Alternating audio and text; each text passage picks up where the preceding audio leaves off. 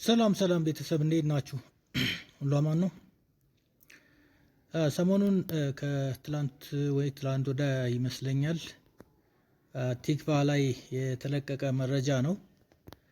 ለቤት የተደራጁ መምህራን ከፍተኛ የዋጋ ጭማሪ ተደረገብን ብለው ቅሬታ ማቅረባቸውን ዘግቧል። እንግዲህ መምህራኑ ሲደራጁ 25/75 በሚባለው ሞዳሊቲ ነው። ያ ማለት ምንድነው? 25% ቁጠባ ሴኪዩር ሲያደርጉ 75% ያው ከባንክ ብድር እንደሚያገኙ ነው። በዚህ መሰረት መረጃው የሚለው ምንድነው? በካሬ 35,000 ብር የነበረውን ክፍያ በካሬ 35,000 ብር ነው መጀመሪያ ላይ ሲዋሉ የተዋዋሉት። በዛም መሰረት አንድ ካሬ በጠቅላላ በቤቱ ስፋት የአንድ ካሬ ዋጋ ተባዝቶ 25% ሲቆጥቡ ተዋዋሉ። አሁን ግን በካሬ 82,000 ብር ተደረገብን የሚል ቅሬታ አቀረቡ ይላል። ይህን ውል ሲዋሉ ንግድ ባንክ በ14% አነስተኛ ወይም ዝቅተኛ የወለድ ምጣኔ ቃል እንደገባላቸው ወይም ደግሞ ውል እንደተፈራረሙ ይገልጻል። ያው መደበኛው ኦልሞስት 16.5% ነው። ይሄኛው ቅናሽ ነው፣ ዝቅተኛ ነው። በ25/75 የብድር መርሃ ግብር የሚከናወን ነው። 25 በመቶ የመንግስት ሰራተኛ ቆጥቦ 75%ቱ የባንክ ብድር የሚቀርብለት ይሆናል።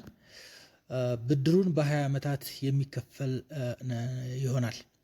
በዚህ መሰረት መምህራን አሁን ለቲክቫ ኢትዮጵያ ያቀረቡት ምንድነው? ምን እያሉ ነው የሚለው መምህራንን የመኖሪያ ቤት ተጠቃሚ ያደርጋል በሚል በወጣው መመሪያ መሰረት እያንዳንዳቸው 110 አባላት የያዙ 60 ማህበራት በከተማዋ ተደራጅተዋል ይላል።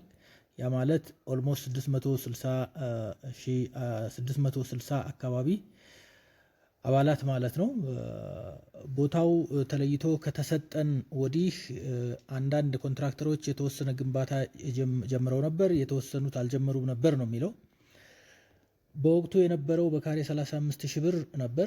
ከከፈልን በኋላ ሲጓተት ቆይቶ ከወር በፊት ግንባታውን ጀመሩ።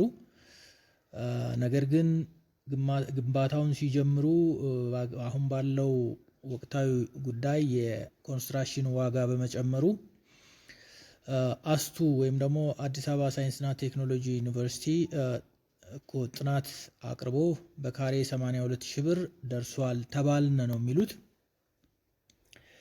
በዚህ መሰረት እንግዲህ ያው ባቀረቡልኝ ባለው ቲክቫ በቀለጸው ቅሬታውን አቀረቡልኝ ባለው መረጃ መሰረት በካሬ 47,000 ብር ጭማሪ ተደርጓል ማለት ነው። ከ35,000 በካሬ ወደ 82,000 ሲሄድ በካሬ 47,000 ብር ጭማሪ እንደተደረገ ያሳያል። ይህ በፐርሰንት 134.29% ጭማሪ እንደሆነ ያሳያል።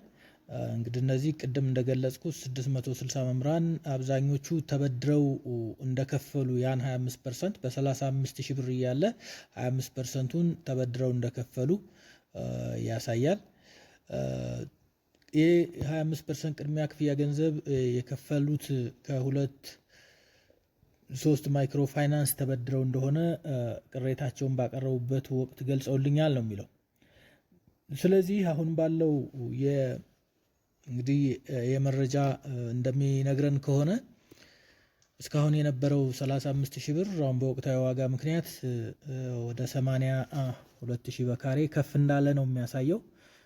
የኛውን እንግዲህ የቤቶች ልማትና አስተዳደር ምን እንዳሉ እንዴት እንደሆነ እርግጠኛ ነው ወይ የመረጃ ከነሱ ማጣራት ይፈልጋል፣ ኤግዛክት ፊገሩ ላይ ለማረጋገጥ ማለት ነው። በእርግጥ 35,000 ብር አሁን ባለው የገበያ ዋጋ መጨመሩ አይቀርም። ከ35,000 ግን 82,000 ደርሷል የሚለውን ያው ያጠናው ወይ ደግሞ ጥናቱ ተጠንቶ ያው ለቤቶች አስተዳደር ቢሮ ስለሆነ የሚቀርበው ከነሱ ጋር መረጃውን መጠበቅ ይፈልጋል ማለት ነው።